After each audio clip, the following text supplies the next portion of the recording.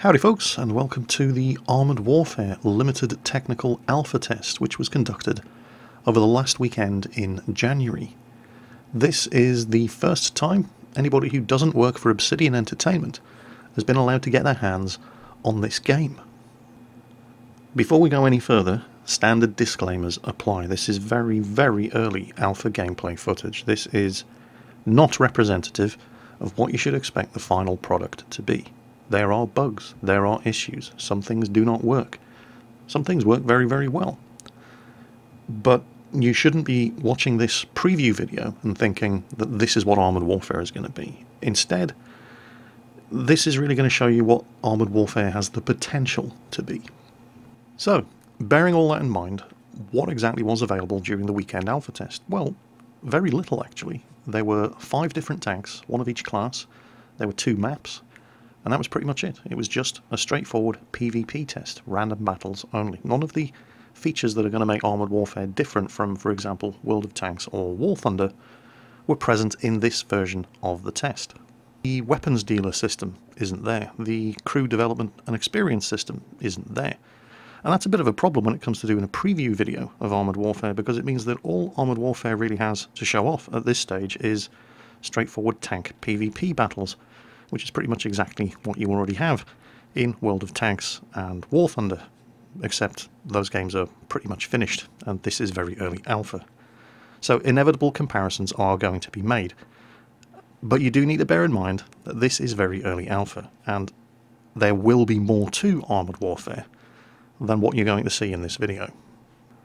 So, bearing these limitations in mind, what exactly did we have in this alpha weekend test? Well, we had 5 different vehicles, 1 of each class. Starting off with the Akatsiya self-propelled gun. This is artillery. It's tier 5 for the purposes of the weekend test. It was artificially buffed to remain competitive with the other vehicles, such as the M1128 mobile gun system. This is a tank destroyer. It has wheels rather than tracks, it is highly mobile, it's lightly armoured, but it has a very, very good gun.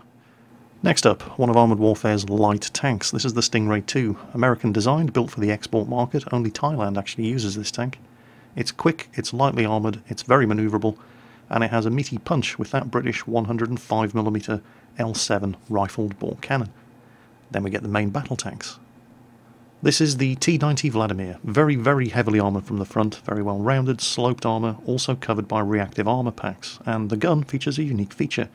As well as regular tank shells, it also has the option of firing a limited supply of anti-tank guided missiles. And finally, we have the game's scouts. These are the AFVs, the Armoured Fighting Vehicles. This is the Weasel AWC. It's currently used by the German army. It has a massive 8mm of armour. It dies in 2 hits to everything that hits it, but it is very, very stealthy, and it goes like greased monkey shit. This thing will easily reach over 70 km/h. And that was pretty much it. That's pretty much all that there was available to look at in this. It was a very, I mean, they called it a limited technical alpha for a good reason. It was a very, very limited test. And so since all we could really do was mess around in random battles with 5 different vehicles, then that is exactly what we're going to show you. I thought I'd begin by getting my single biggest criticism of Armoured Warfare right out of the way at the start, and it's to do with artillery. So, one of the first things that I did was to play some artillery and see what it's like. I know that Armoured Warfare wanted to avoid comparisons with World of Tanks artillery. In fact, one of the design goals was to deliberately make the artillery in Armoured Warfare nowhere near as annoying and rage-inducing as it can be in World of Tanks. And not just for tank drivers, for artillery drivers as well. The long aiming time, the horrific accuracy is a source of endless frustration for artillery drivers as well. On the other hand, when they do hit a target, it tends to ruin the day of whatever it is they've hit. Hands up everybody who's been driving an IS-7, casually minding their own business while driving along, and then suddenly struck from above by a T-92's armour-piercing shell, and have the tank left with 100 health, 1 working module, and 1 surviving crew member. Well, Obsidian definitely want that to not happen in Armoured Warfare. It's one of their major design goals. So what I expected was that artillery in Armoured Warfare would be more accurate, because it's modern artillery, and modern artillery is more accurate, but do less damage. Kind of the same effect if you were hit by an artillery shell as being hit by a main battle tank shot, but with the advantage that artillery can fire indirectly. It doesn't have to have line of sight to you in order to hit. Then maybe scale back the out-of-control crew and module damage that you have from artillery hits in World of Tanks, and you'd be pretty much left in the sweet spot. Yes, artillery would still be able to hit you without you being able to fire back at artillery, but that's because it's artillery. That's how it works. But the consequences of getting hit by artillery wouldn't be any worse than getting hit by anything else. And based on what I heard Obsidian talking about how they wanted to implement artillery into Armoured Warfare, that's pretty much what I was expecting to see. I was not expecting to see that you were going to have to sacrifice a goat to the random number generator in order to have a chance of actually hitting anything in the first place, like you do in World of Tanks. I was not expecting to see that when you hit a target, the results can vary from doing no damage whatsoever and seeing your shot bounce off to utterly obliterating a full health main battle tank in one hit, just as happens in World of Tanks. And unfortunately, at the moment, that is exactly what you have in Armoured Warfare. Example number 1, full health Vladimir T-90. One artillery hit and all his health is gone. I don't know what kind of crew and module damage he suffered into the bargain. I didn't hit him, that was the other artillery on my team. That looks suspiciously like the results of an artillery hit in World of Tanks to me, which was very surprising and not something that I expected to see in Armoured Warfare. This is more like the way I expected artillery to perform. T-90 main battle tank, side shot, sitting stationary, despite the fact that the game is actually telling him you're being targeted by artillery. Move, dumbass, and when my shot hits, it does no more or no less damage than he would have suffered if he'd been shot from the same angle by any other tank. That's more or less where I expected it to be, and yet it isn't. The results vary wildly. You can hit a tank and one-shot him. You can hit a tank and do a couple of hundred damage, or you can hit a tank and have it ricochet.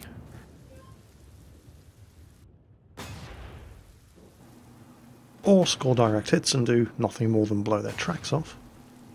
Or have artillery miss and with splash damage alone wreck your modules, kill your crew and set you on fire.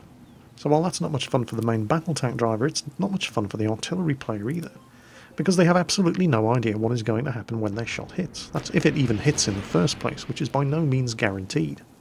This shot at that T-90, well, I see him moving forward, so I aim slightly ahead of him, but then he stops, and it doesn't matter because the shot goes wide and to the rear anyway. 20 seconds later, I'm reloaded, he's in more or less the same position, on my second shot doesn't even land in the same postcode.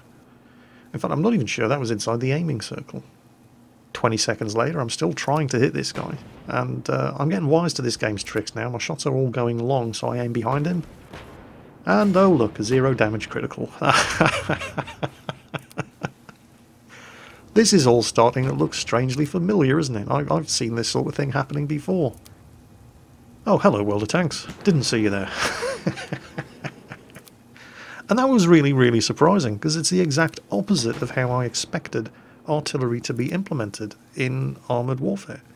And again, I must hasten to add, at this very, very early stage of development, everything can and will change from here on in. But at the moment, what I think is going on, the reason why all these shots are going so long when they miss the target, is that the firing arc of the artillery is lower than it should be. It's almost, but not quite, on a flat trajectory, so anything that misses is going way behind the target. And of course, you never know whether you're going to hit the target or not, regardless of how well you place the shot or how well you've positioned your artillery, and the results of what happens when you do hit the target are completely down to the will of the gods. You could wreck him, set him on fire, knock out a whole bunch of modules, one-shot him, watch it bounce off, do a couple of hundred damage, or score a 0 damage critical. There's just absolutely no consistency whatsoever in what happens when you're driving or getting shot at by artillery, just like in World of Tanks. Having said all of that, however, you do need to bear in mind that this is just a test, and developers don't just test what works, they also test what doesn't work. Does everybody remember War Thunder messing around with their economy several patches back? The initial version of the War Thunder economy made it impossible for you to lose money, which was swiftly followed by a patch that made it almost impossible for you to make any money, which was then followed by another patch which settled on a sweet spot halfway too. So I wouldn't be at all surprised if this was actually what Obsidian were doing. The one thing that I can guarantee as far as artillery is concerned is that regardless of what you've seen of artillery gameplay so far in this preview video, it's going to bear absolutely no resemblance to what it's going to be like in its finished form. This is just a limited alpha. There are going to be more limited alphas with further changes. Then there's going to be the closed alpha, then there's going to be the closed beta, and then there's going to be the open beta, and then finally the game's going to go into open release. And there is absolutely no way that artillery is going to survive into open release in the form that you're seeing now in this very, very early limited alpha. I did raise all of these issues with Obsidian on their weekend alpha test forum feedback thread. Make artillery more accurate, but don't make it so accurate that it can reliably hit moving targets.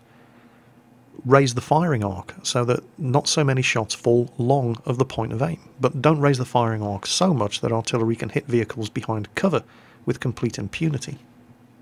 Get a grip on the out-of-control module and crew damage. Make the results of being hit by artillery much more consistent. Have artillery do no more damage on a successful hit than you could expect to take from being fired at by a main battle tank. Artillery can already hit you from over the horizon without having to be in direct line of sight. Why should the results of that hit be any more catastrophic than getting hit by anything else? These were the issues that I raised, and I did get a very positive response from the developers, so it's good to know that they're paying attention. Anyway, that's enough about artillery. Let's have a look at some of the actual tanks. This is the Weasel AWC. It's a German armoured fighting vehicles. The AFVs are the scouts of armoured warfare, and this thing has the potential to be the most fun of any of the vehicle classes in armoured warfare. Unfortunately, I say potential because in the weekend test it was kind of limited in how well you could do in this thing because of the maps that were available. One of the maps, this one, is a city map, and well, the tanks players will know all too well what it's like driving a light tank on a city map. You do, as in this particular engagement, need somebody else to be distracting the enemy so that you can get the full potential out of this little thing. The other map was a bit of a problem. It was an open map, it wasn't a city map, but it was very, very small, so all you could really do was either sit in a bush on the corner of the map trying to light targets up or go suicide scouting, and these things can't take hits at all. This thing has 8mm of armour, and it has so little health that it dies in 2 hits to absolutely anything that fires out. It is fun though. Driving the Weasel, however, did highlight another issue that I have with some of the spotting systems and mechanics, for example. The special feature of these little AFVs is that when they are targeting an enemy vehicle, that enemy vehicle then takes increased damage from all sources. But there was no real feedback from the game that that was actually happening. I have been assured by Obsidian that that game system is in place, and it was happening when I was targeting enemy vehicles, but there's no real feedback to the player to let you know that this is the case. And this was actually one of the more common issues that was raised by the various testers over the weekend on the feedback forum. A general lack of feedback from the game to let you know how successful or unsuccessful what you just tried to do was. So, and you know, these are not the kind of things that are difficult to fix. It's just a question of messing around with the user interface. So that was the armoured fighting vehicle, represented in this weekend test by the Weasel AWC. And it was a shame because it is a lot of fun to drive. Unfortunately, the maps that were available, well, one of them was just a bit too small to do anything other than Suicide Scout, and the other one was a city map. And, well, you know what happens to scouts when they get spotted on city maps. Yeah. It was fun, though. So, next up, we're going to take a look at the light tank that was available on the weekend test, the Stingray 2, and some general observations about the game as well. This thing is fast, it is manoeuvrable, it has a very, very nasty, very accurate, very rapid loading gun, but it only has about 70mm of armour. And I did have kind of the same issues with the Stingray 2 light tank as I did with the Weasel, in that you don't have a lot of armour, and one of the maps was a city map, and the other map, this one, wasn't that big, so you couldn't really do the grand flanking manoeuvres that you really want to do in a tank like this. The sound effects, I don't know if you've been paying attention to the sound effects so far, I hope the game audio is high enough for you to hear them. They're actually pretty good, but again, a little inconsistent. The sound effects on the Stingray 2 were generally good all round, but there were some instances when driving the T90 when the sound of the gun firing just wouldn't happen, which is, you know, it kind of ruins the immersion a little. But again, alpha test, you have to expect bugs, and that certainly was one of them. The 105mm gun on the Stingray 2 is good enough to penetrate just about everything that was present in the test from any kind of angle other than a T-90 Vladimir from the front. Now this M1128 MGS tank destroyer, it's literally just the top of his turret poking out from over the concealment there. But look how fast this gun loads. And it is pretty accurate. My third shot takes him out. So we've whittled the enemy team down. I haven't actually taken any hits yet, which is good. Target's up to the front. There, another tank destroyer. There's a good hit. And this is where you're going to see one of the other game systems come into effect. Right there, as he clears the concealment, I put another shot into him, and then there, right above my aiming reticle, you're going to see the "You have just been spotted" icon. Now, this is nothing special. I don't have a fully trained commander with a Sixth Sense perk. Everybody gets this. Now, this was one very good example of player feedback, positive player feedback during the course of the weekend test. You always know when you have been spotted by an enemy vehicle. You always know when you're being targeted by an enemy vehicle. You know when artillery is aiming at you, and you always get the warning when you're being lit up as somebody's preparing to fire an anti-tank guided missile at you. So the feedback is there, and it's up to you to do something about it.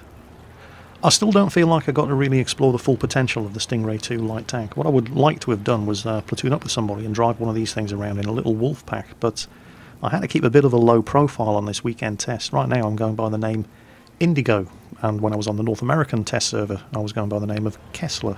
And the reason for that is because there were other players going around by the name of Kill Jingles, so I had to maintain a bit of a low profile.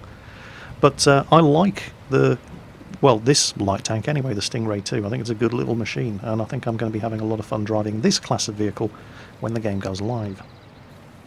So, I mean, I was driving the light tank pretty much like a tank destroyer in the previous match, because the map really wasn't big enough for me to do anything else. But how about them tank destroyers? Well, this is the tank destroyer that was available for the weekend test. It's the M1128 mobile gun system designed by General Dynamics Canada, based on the chassis of the LAV-3 armoured fighting vehicle. And, oh, bye-bye, Mr. Weasel. It does have a fantastic gun. In fact, it's got exactly the same gun as the Stingray 2. It just has a different name. It's the American version of the British Royal Ordnance L7 gun.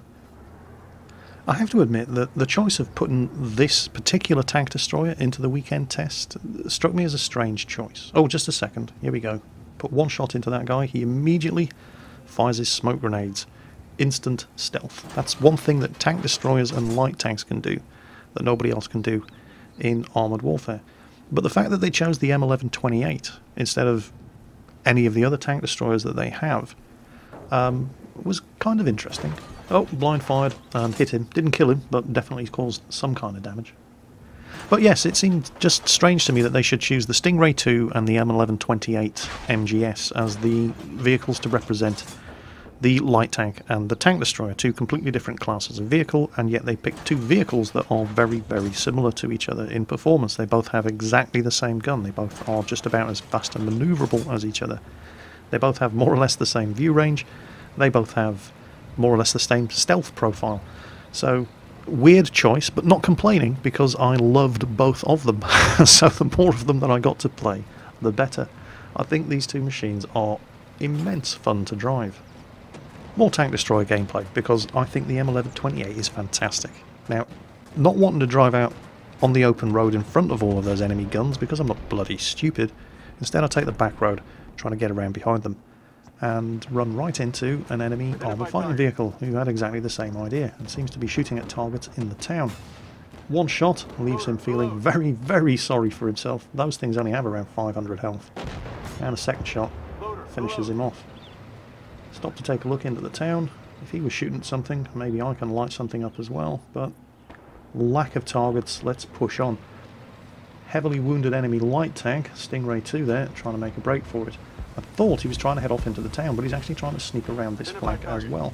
Now, I don't have the gun depression, so I am going to take a hit from him, but he is not. Ooh, a little bit of lag there, but I got the kill, so that's good. The game was actually pretty stable for me, at least. I didn't often experience these kind of lag effects, although I did in this game. But anyway, I managed to get around behind this Stingray 2. Now, I've no idea where this shot went. Again, lag. But the thing is, we're both firing APDS ammunition at each other. And it's actually overmatching. We're not doing... Wow, he actually managed to bounce one off me. And again, I'm hitting, but I'm overmatching his armour. Still doing some damage, of course, but it's not really getting the full potential of the damage out of the shell. What we both should have been doing there was firing high explosive ammunition at each other. But, you know, we didn't. Now, I expected the Weasel, he's run off into the town, I expected him to follow me up here to get some kills on the enemy artillery, and there it is. Now, again, I've got APDS loaded here, but I queue up high explosive as my second shell. I should probably have just reloaded high explosive anyway, because as it turned out, I could take all the time in the world to once again overmatch the armour of the self-propelled gun, then reload high explosive and make sure of it and finish him off.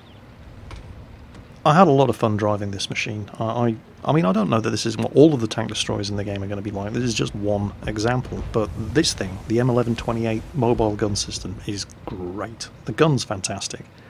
It's fast, it's manoeuvrable, it's got no armour whatsoever. But, you know, these are the kind of machines I like to drive. And this and the Stingray 2 light tank as well. They're both very, very similar machines. So that just leaves us with the main battle tank, and the one example of the main battle tank that was in the weekend test was the T-90 Vladimir. The T-90 is a very, very tough nut to crack. It has a blend of composite and Contact 5 explosive reactive armour. From the front, one of these things can't even penetrate itself. It also has a 125mm smoothbore cannon that is capable of firing anti-tank guided missiles. Now the real thing comes with an electro-optical countermeasure system, which is designed to disrupt the laser targeting lock from an anti-tank guided missile. I do not know if that has been implemented into the game. But I do know that trying to take one of these things on from the front is not easy, even if you're firing anti-tank guided missiles at it, because the Contact 5 explosive reactive armour, which is all over the front of this tank, is specifically designed to defeat anti-tank guided missiles. One game system that I do know has been implemented is that if you do start taking hits from the front in the T-90 and your explosive reactive armour takes the force of the impact, then subsequent shots to the same part of the tank are going to strike weakened areas of the armour, and it will be easier to penetrate. But it's when you look at machines like the T-90 main battle tank that comparisons with games like World of Tanks and War Thunder start to fall apart. This is not a heavy tank, despite having very, very tough frontal armour. This is not a medium tank either. It's nowhere near... I mean, it's not slow. While being the slowest machine available on the weekend test, it could still do 60 kilometers per hour. It just took longer than all of the other machines to get there, with the exception of the artillery. The major drawback I found with the T-90 was to do with the gun. It has this one big advantage that it can fire these anti-tank guided missiles, and these anti-tank guided missiles do a lot of damage. But it had a very, very long reload, double the reload of the M1128 or the Stingray 2, and it was nowhere near as accurate, and it had a much longer aiming time. So you've got all of these heavy tank features on a machine that is pretty manoeuvrable and can do 60 kilometers per hour. And Armoured Warfare is generally a much, much faster paced game than World of Tanks or War Thunder. There aren't any particularly slow vehicles in the game. Even the artillery can do over 35 kilometers per hour. Combine that with the fact that everybody gets warning indicators when they're being targeted, when somebody's locked onto them, when artillery is looking at them, when they've been spotted. And verbal. I must admit, while I have been complaining about the general lack of player feedback in the game, the audio feedback to the player was absolutely fantastic. The crew warnings that you get are absolutely invaluable. And if you combine the speed and manoeuvrability of pretty much all of the vehicles in the game, because these are modern vehicles, and modern vehicles are fast and manoeuvrable in order to be able to survive on a modern battlefield, combine that with the audio warnings that you get from the crew, it does make for very, very fast-paced battles. Having said that, however, I definitely didn't have as much fun driving the T-90 as I did vehicles like the M1128 or the Stingray 2. That doesn't mean that all of the main battle tanks are going to be like the T-90. There's a huge range and variation between the various different modern main battle tanks that are available. But if the Stingray 2 and EM1128 are at least representative of the kind of gameplay you can expect from light tanks and tank destroyers, then yeah, I think I've found my niche. And I'm looking forward to bigger maps where I can realise the full potential of tiny little AFVs like the Weasel. That thing is going to be a lot of fun on the right map. So that was the limited technical alpha of Armoured Warfare. And it was very, very limited. There was so much more that's coming in the game that just wasn't available for the weekend test. It was just a straightforward, effectively a whole bunch of World of Tanks random battles. But there's so much more to Armoured Warfare than that. We didn't get to see the crew development system, which is one of the things that Obsidian are very, very excited about. We didn't get to see the weapons dealers system. We didn't get to see the player versus environment content, the cooperative battles, where it's all players against AI, working to defeat a set of objectives. None of that was available on the weekend test. And these are the kind of things that I am more excited about in Armoured Warfare than just straightforward World of Tanks random battles. And it's a bit of a shame, because given that World of Tanks style limited content random battles were all that we could really do on the weekend test, means that inevitable comparisons are going to be drawn with World of Tanks random battles, and it isn't really a fair comparison to make. I mean, is Armoured Warfare better than World of Tanks? No, it isn't.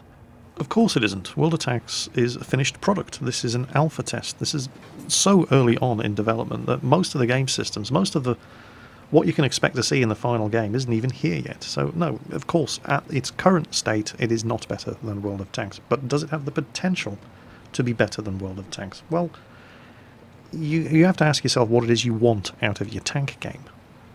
The potential is certainly there.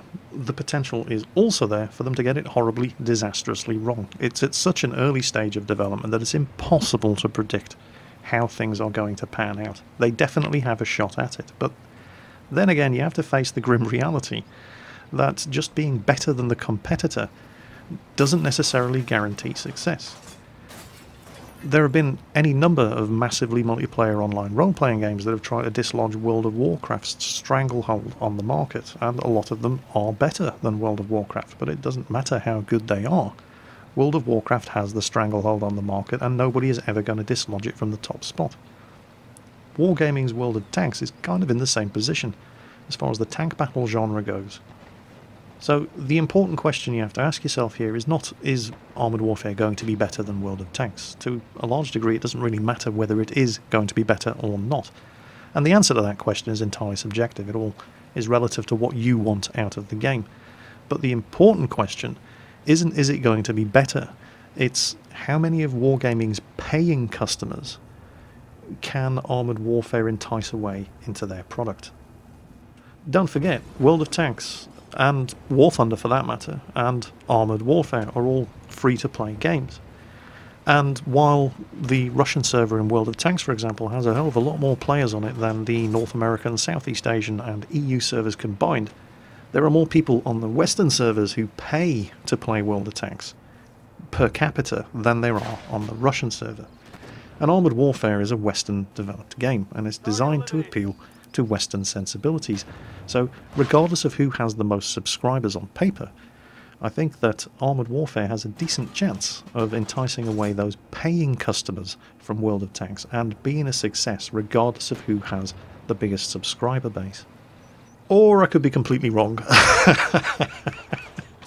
It's really, really far too early to tell at this stage. But I hope Armoured Warfare is a success, because while I have enjoyed taking part in the weekend test, and I'm obviously very grateful to have been given the opportunity to play it, if I want to see tanks driving around, shooting at each other, regardless of whether they got modern skins or not, I've got World of Tanks and War Thunder for that. What I want to see is the stuff that we didn't get the opportunity to see during the weekend test. I want to see the crew development and experience system that Obsidian are getting so excited about. And I want to see the PvE content. For me, personally, that's what's making Armoured Warfare different to its competitors. And that's the kind of thing that I can't wait to get my hands on. So that has been the limited alpha focus test of Armoured Warfare that took place over the last weekend in January. I hope it's answered some questions, although it's probably posed more questions than it's answered, but I hope you've been at least entertained by the video. As always, folks, take care, and I'll catch you next time.